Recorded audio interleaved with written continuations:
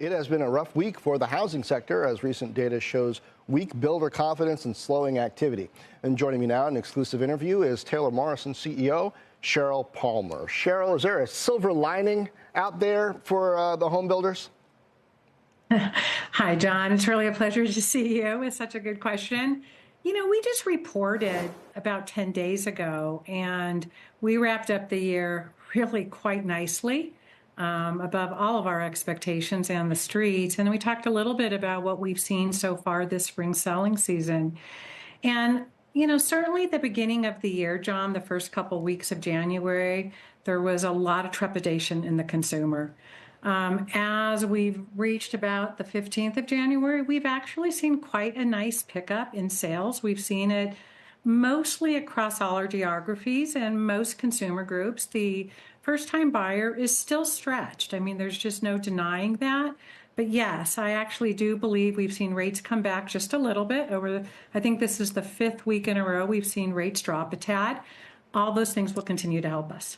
I think last time we were asking you about potential tariff impacts. Now, we still don't know when or what exactly, but do you have any different modeling or clearer sense of what your options are?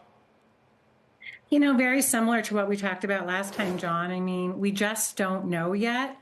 I think it's too early to tell.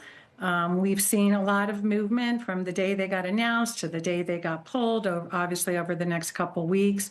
I think we also talked a great deal about how we've worked at Taylor Morrison to domesticize most of our product offerings.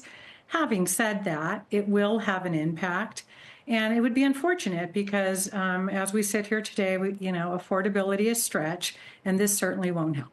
What are you doing with land acquisition at this time? I mean, I know things overall might be relatively slow for the industry, but I suppose there are strategic moves that you can make to put yourself in a better position when times change. Yeah, you know, it's a great question because the land we buy today has nothing to do with the market today. Most of the land we're looking at today is going to come to market, late 27 and 28, and the environment will be quite different. It's interesting because there's always been a correlation in our industry that the last 90 days of sales kind of creates builder appetite. But it doesn't really make sense because we're working on our 2028 book of business. Another interesting stat I actually just saw this morning is where we're seeing the greatest pressure on pricing for land tends to be where there's the most competition, and that's to address the first-time buyer. That tends to be a little further out, what we might call some more of the peripheral markets. And that's a smaller piece of our portfolio. So when I look at where we really focus our efforts, our core locations, we've seen actually a stabilization of pricing, which I think bodes well for the future.